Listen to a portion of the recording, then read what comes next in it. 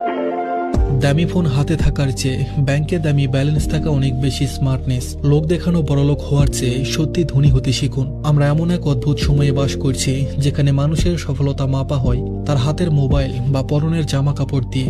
বন্ধু মহলে নিজেকে কুল প্রমাণ করতে অনেকেই কিস্তিতে ইএমআই ধার করে 1 লক্ষ টাকার ফোন কিনেন। কিন্তু ভেবে দেখুন তো, হাতে দামি ফোন অথচ মাসের 25 তারিখে পকেটে হাত দিলে 10 টাকাও নেই, বা কোনো মেডিকেল ইমার্জেন্সি এলে বন্ধুর কাছে ধার চাইতে হচ্ছে। এটা কি স্মার্টনেস নাকি বোকামি?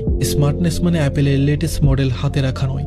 স্মার্টনেস মানে হলো পকেটে এমন একটা ব্যাকআপ রাখা যাতে চাকরি চলে গেলে বা বিপদ এলেও আপনাকে কারো কাছে হাত পাততে না হয়। যে জিনিস কিনলে পকেট থেকে টাকা চলে যায় এবং যার দাম সময়ের সাথে কম তা হলো লাইবিলিটি, আর যা আপনার পকেটে টাকা আনে বা যার দাম বাড়ে তা হলো অ্যাসেস্ট।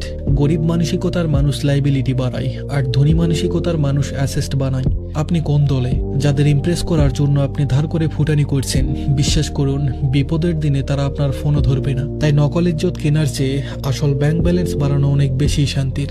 পকেটে টাকা থাকলে আত্মবিশ্বাস এমনিতেই চলে আসে, শো অফ করতে হয় না। মাস শেষে কিস্তির মেসেজ বা ধারের বোঝা মাথায় নিয়ে ঘুমানোর চেয়ে সাধারণ ফোন ব্যবহার করে নিশ্চিন্তে ঘুমানো অনেক বেশি সুখের।